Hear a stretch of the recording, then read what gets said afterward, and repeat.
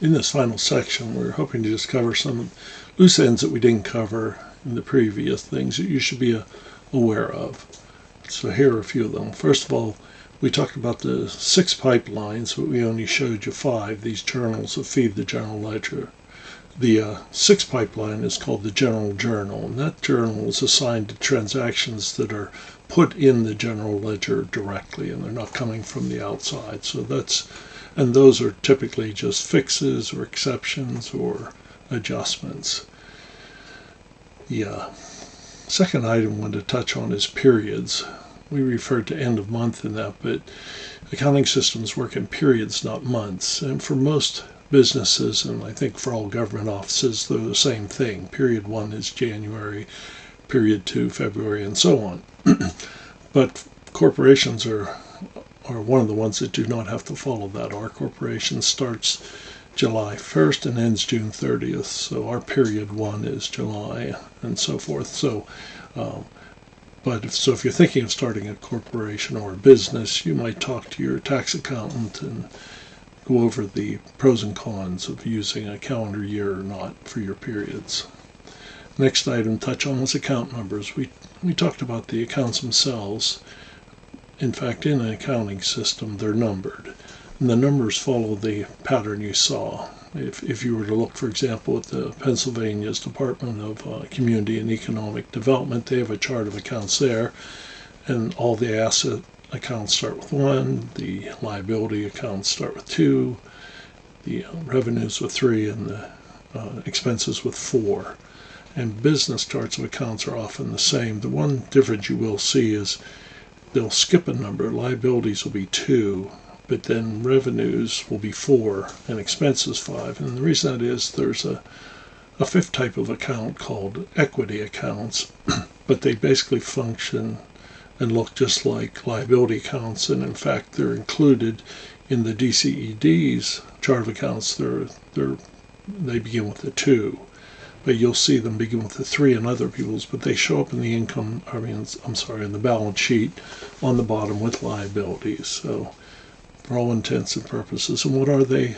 Just a couple quick examples is that if you had started your business, our widget business, and we didn't borrow money from the bank, but you as the owner put in $10,000, that $10,000 would have been recorded as an owner's equity account below the liabilities, but it would work exactly like our loan liability did. And similarly, at the end of every year, so you know, the revenue and expense accounts are zeroed out, but the asset and liability accounts, their balances carry forward to the new year at what they were at the end of the year.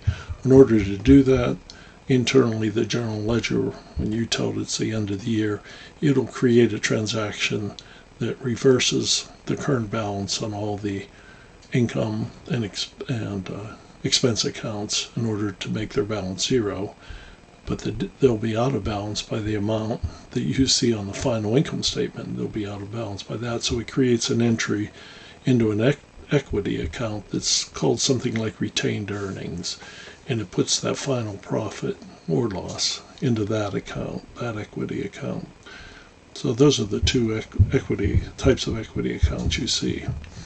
Okay, 2 other things. The cash versus accrual.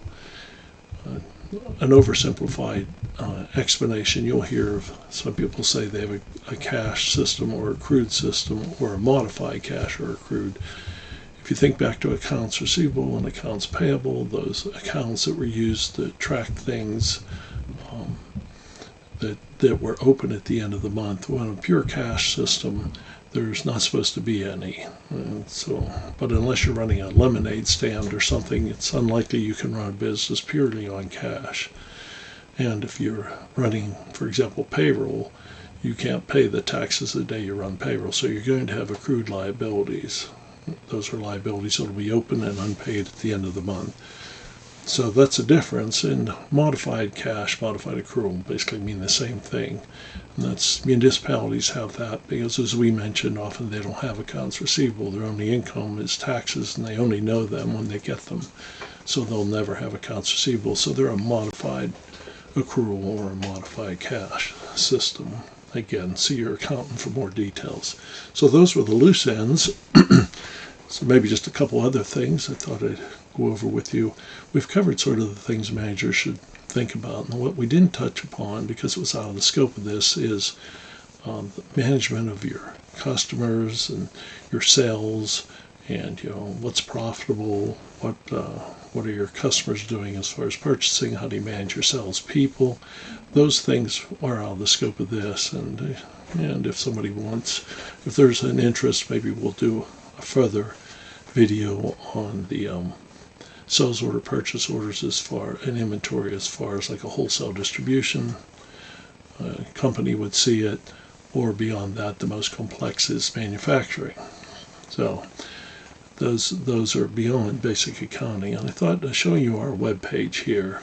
And the reason I'm doing that is you can look at some of the things we've been talking about and some of those other things. If you go to our website, which you probably did to see this video, and you click on the applications tab at the top there, if you notice there's a group at the bottom, or maybe you can't see it on your screen, let's see if I can slide it up here.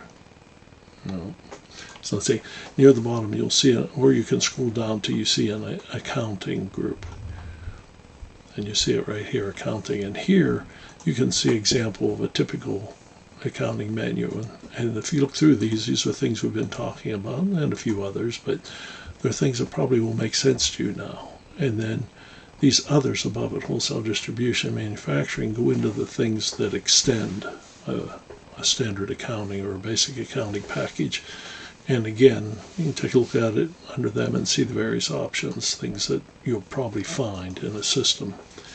And so I'd like to mention, just in conclusion, what we are. We're a software company. We have an accounting package, but we actually write a tremendous amount of custom software, often in cases we're in municipalities where we don't do the core accounting. We simply, for the municipality, we do some of the other options, sewage, electric, garbage, but we do them based as part of our package. They follow all the rules of accounting that our core accounting follows. So that's what we do. So hopefully you'll find that informative if you look at it. And if you have any questions, hopefully we didn't overwhelm you and you gained a little understanding of accounting from this video. But if you have any other questions, don't hesitate to contact us. Take the contact link at the top of the page. It'll bring up where you can call us, you can mail us, you can email us, either using this form or here. So I hope this was beneficial, and have a good day.